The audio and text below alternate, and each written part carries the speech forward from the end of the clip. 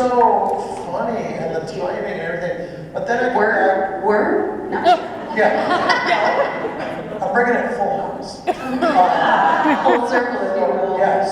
But then I come back and I do Fuller House, and it was like your characters, Candace was kind of the Danny Tanner character.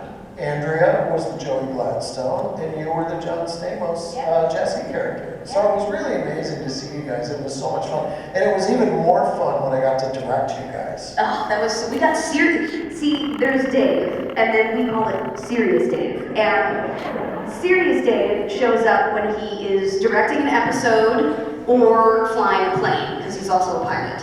And it's a good thing that the Dave that you've seen here doesn't show up when flying a plane, because I think everyone would be frightened. But yeah, it's Serious Dave was an experience, because you would like tell us things, and we were like, and want to joke around, and you were like, I need you to do this. Yeah, I took Stamos. No, don't you mean poop? The two signs are probably different too. I took Stamos flying one time, and he goes, man, you're awfully serious up here. And I just said, be quiet, boo-boo.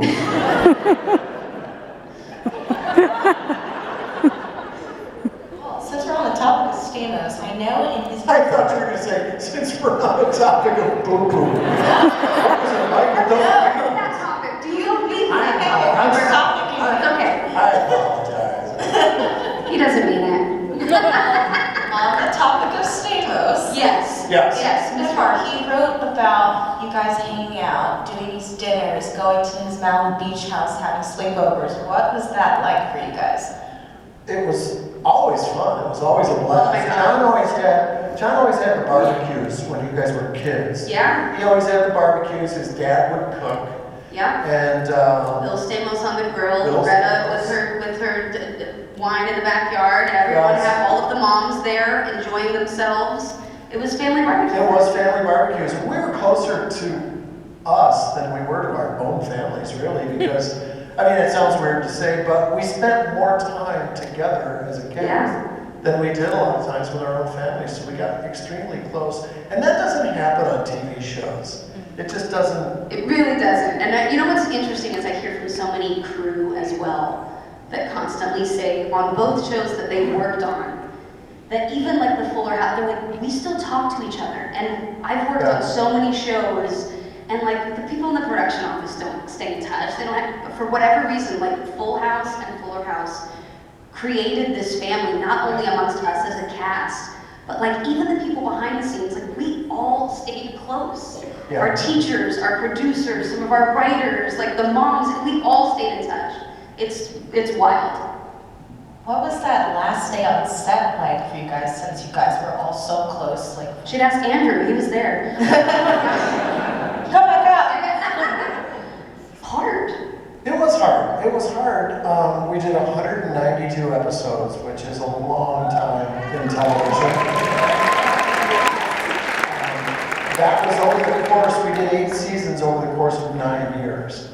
And, you know, when you're together every day for that much time, I mean, you know, Jodie was how old when you started? 4? 5, barely 5, yeah. 5, and then she was a teenager when we finished. So it was quite an amazing journey, to be quite honest. Because when we started, we were really panned by the critics and the press, and we weren't supposed to make it. And then the fans, you guys made us. Yeah. You did. Yeah. And thank you. I paid her. But you know, that is a wonderful ride to be, you know, kind of underdogs, and then to all of a sudden, like season 2, it just, the floodgates opened and we became this gigantic monster hit. And that was quite the journey. And, you know, for some people that could really throw you off and it would be jolting and weird. But for us, we just kind of wrote it together and tried to do the best shows we could.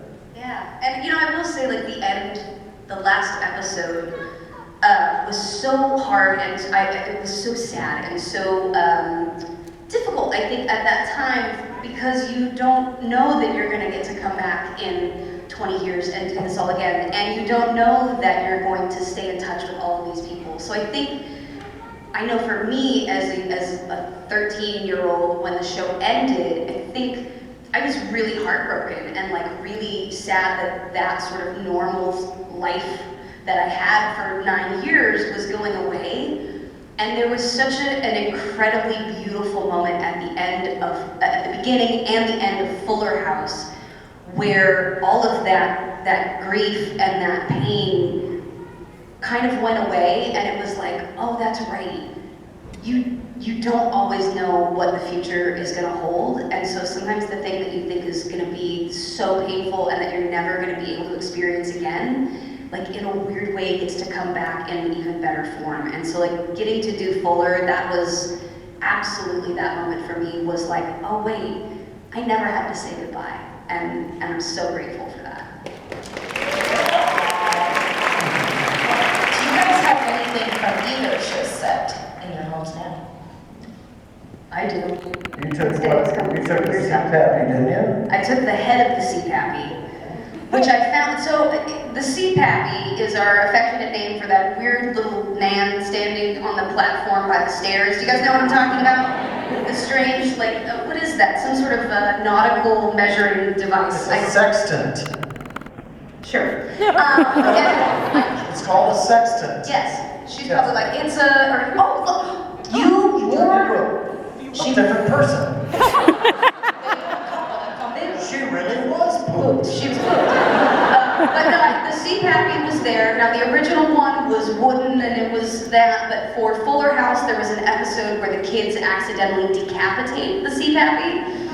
And so they had to make the head and the body out of styrofoam. And so I took that. But so the very last day of Fuller House, I was like, I'm taking the CPAP. I wanted to figure out how to take the entire thing. But that's really hard to carry out without people noticing. Because I didn't ask, I just was like, I'm taking it. And so I took the head and I got stopped because everyone knew that I had been saying I was going to take the head of the CPAP. And when they went into the living room set, I think it was Catherine, our production manager, was like, people were just grabbing things off the wall. It was like a free-for-all. And she was like, where's the head? This has to go back to props. Where's the head? So I handed the head back, but I said I want a sticky note on it. And like 2 weeks later, my doorbell rings, I open it up, and on the front porch is the CPAP head, and no one else there. It was just that. And at any other time, it would be threatening to find a strange head on your front porch. But for that, I was like, I'm so happy! And I took it in, and it sits on my shelf, and yeah.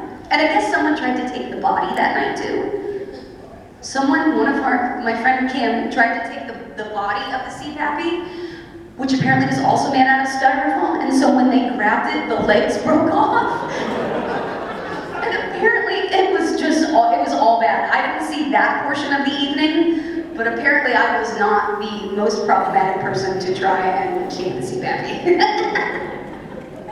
Does Stamos have the couch? Stamos has the couch, he's got the doors. He just takes shit. Sorry. It's my accent. Sorry. There's kids and it's That's poop. Yes. I'm so sorry. How's it going so far?